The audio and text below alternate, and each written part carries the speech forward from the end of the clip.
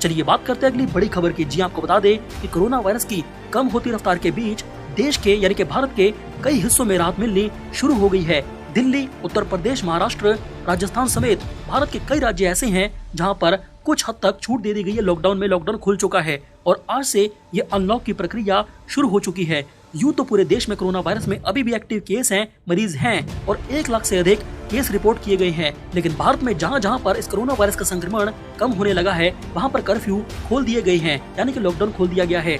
Market और mall सुबह 10 बजे से लेकर रात 8 बजे तक खुलेंगे। ये ऑड इवन के हिसाब से दिल्ली में खुलेंगे। छोटी कॉलोनी, मोहल्लों, सोसाइटी की मौजूद दुकानें 10 बजे से लेकर 8 बजे तक खुल सकती हैं।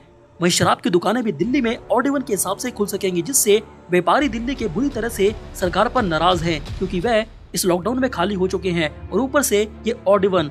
इसके अलावा कंटेनमेंट जोन में कोई छूट नहीं मिलेगी दिल्ली में, वहाँ सख्ती जारी रहेगी। इसके अलावा दिल्ली में restaurant, bar, park, garden, salon, beauty parlour को फिलहाल बंद किया गया है। दिल्ली की जान मेट्रो फिर से शुरू हो गई है। अभी सिर्फ 50% यात्री ही इस मेट्रो में बैठ सकेंगे।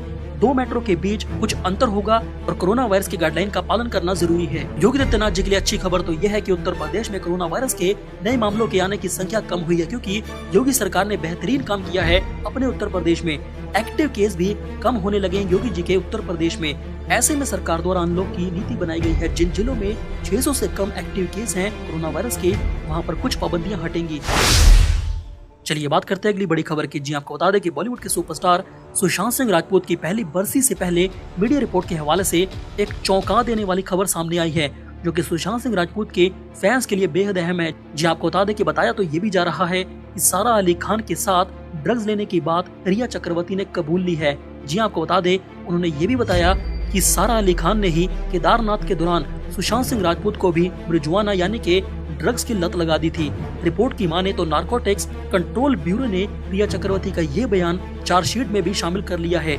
रिया चक्रवर्ती ने कथित तौर पर एनसीबी को ये बताया है कि उन्हें ड्रग्स का ऑफर सारा अली खान की ओर से हुआ था। सारा अली खान ने ही उन्हें गांजा देकर वोडका लेने के लिए बोला था। रिया चक्रवर्ती ने यह बताया कि सारा अली खान हाथ से रोल करके गांजे की सिगरेट तैयार करती थी और मुझे देने के साथ सुशांत सिंह राजपूत को भी सारा अली खान ने गांजे की सिगरेट पिलाई और हम दोनों को नशे की लत सारा अली खान ने लगाई थी।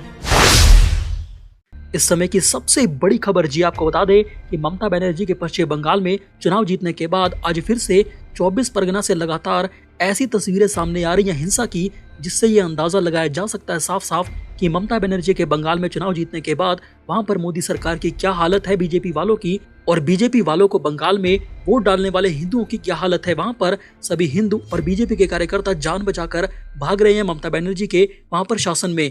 लोग डरे हुए हैं, हिंदू वहां पर घबराए हुए हैं। बड़ी बात तो यह है कि ममता बनर्जी के बंगाल में कार्यकर्ताओं के साथ बीजेपी वालों के साथ खून की होली खेली जा रही है। जी आपको बता दें कि बंगाल में एक बार फिर से बीजेपी कार्यकर्ता की बम मारकर दिन दिहाड़े हत्या कर दी गई है और हमलावर आराम से भाग गई है, जो कि जिहादी हैं। बड़ी बात तो यह है कि बीजेपी का ये आरोप है कि उनके कार्यकर्ता की हत्या के पीछे ममता बनर्जी के कार्यकर्ताओं का हाथ है। लेकिन बड़ी बात तो ये है कि ये सब जानते हुए भी प्रधानमंत्री मोदी जी चुप क्यों हैं? क्यों वहाँ पर हिंदुओं को मरने के लिए उन्होंने छोड़ा हुआ है? क्यों वहाँ पर प्रधानमंत्री मोदी जी बंगाल में राष्ट्रपति शासन क्यों नहीं लगाते? सूत्रों की माने तो बंगाल में बीजेपी के कार्यकर्ता अपने घर पर बैठे हुए थे कि तभी उन पर देसी बमों से बंगाल में हमला हो गया आज फिर से।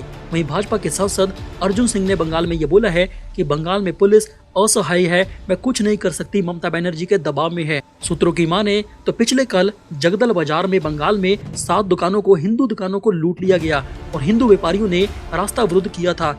बड़ी बात तो यह है कि बंगाल में 150 पुलिसकर्मी खड़े हुए थे और उसी बीच बम पड़ गया बीजेपी के कार्यकर्ताओं के ऊपर। वहीं बड़ी बात तो निकल कर ये आ रही है कि बंगाल की पुलिस ही ये बोल रही है कि इन जिहादियों के चलते ही बंगाल की सरकार आई है ममता बनर्जी की, इन्होंने ही ममता बनर्जी को वोट दिया है। इसीलिए हमें स्पष्ट निर्देश है ममता बनर्जी के कि इनके खिलाफ कोई एक्शन ना लें जो बीजेपी के कार्यकर्ताओं पर हमले कर रहे हैं और हिंदुओं को वहां से मार मार कर भगा रहे हैं।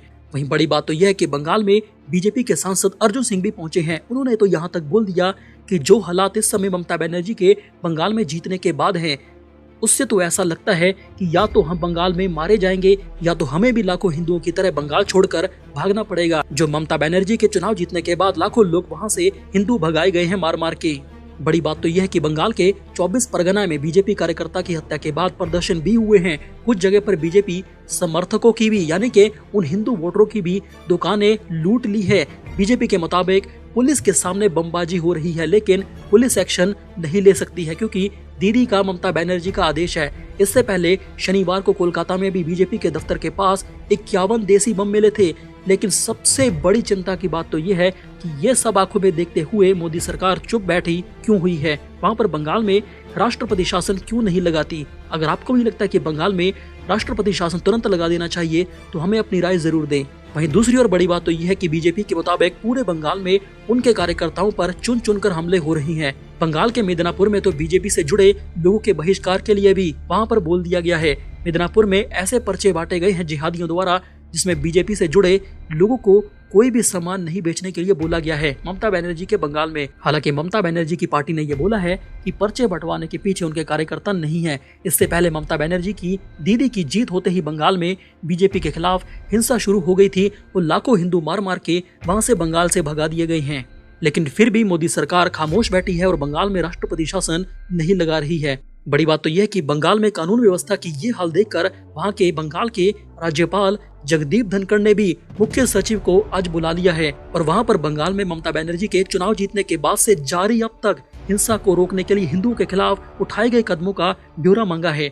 साथ ही बंगाल के राज्यपाल जगदीप धनखड़ ने ममता बनर्जी के चीफ सेक्रेटरी को भी बुलाया है। बंगाल में चुनाव के बाद से हो रही लगातार हिंदुओं पर हिंसा पर रोक लगाने के लिए उचित कदम उठाने के लिए बोला है, लेकिन बंगाल की पुलिस कुछ नहीं कर रही है। उनका ये बोलना है कि ममता बनर्जी ने ये बोला है कि इन जिहादियों पर कोई एक्शन नहीं लिया जाना चाहिए, इनकी वजह से ही हमारी सरकार बनी है। आपको बता दें कि बंगाल में टीएमसी की यानी कि ममता बनर्जी की जीत के बाद सैकड़ों बीजेपी कार्यकर्ताओं और उनके परिवारों को जान बचाकर असम और दूसरे राज्यों में भागना पड़ा और काफी ज्यादा बीजेपी के कार्यकर्ता हर रोज मारे जा रहे हैं। इतना ही नहीं, लाखों हिंदू बंगाल से पलायन कर चुके हैं, यहाँ तक कि बंगाल दूसरा कश्मीर अब बन चुका है। वहीं बड़ी खबर तो ये भी है, खुफिया रिपोर्ट को ये पता चला है कि बांग्लादेश इस समय ग्रेटर बांग्लादेश बनाने की फिराक में है, जिसमें वे बंगाल को जोड़ना चाहते हैं, कब्जा करना चाहते हैं और असम में भी कब्जा करना चाहते हैं। बड़ी बात तो यह कि बंगाल में जो ममता बनर्जी की टीएमसी की पार्टी के नेता बीजेपी में शामिल हो चुके थे, वे वापस ममता बनर्जी की पार्टी टीएमसी में जाने के लिए भाग रहे हैं और हाथ पैर जोड़ रहे हैं। वो वापस लौटना चाहते हैं ममता बनर्जी की पार्टी में, ताकि उनकी राजनीति बचे या फिर ना बचे, लेकिन उनकी जान बच जाए। चलिए बात करते हैं अगली बड़ी खबर की। जी आपको बता दें कि ममता बनर्जी के पश्चिम बंगाल में आज आसमानी बिजली ने कहर बरपा दिया है, यानी कि कुदरत ने कहर बरपा दिया है। उसमें 26 लोगों की जिंदगियां निगल ली हैं। जी आपको बता दें कि बंगाल के मुर्शिदाबाद जिले में ही 9 लोगों की मौत हो गई है बिजली गिरने से। इसके बाद इलाके में मातम पसरा हुआ है।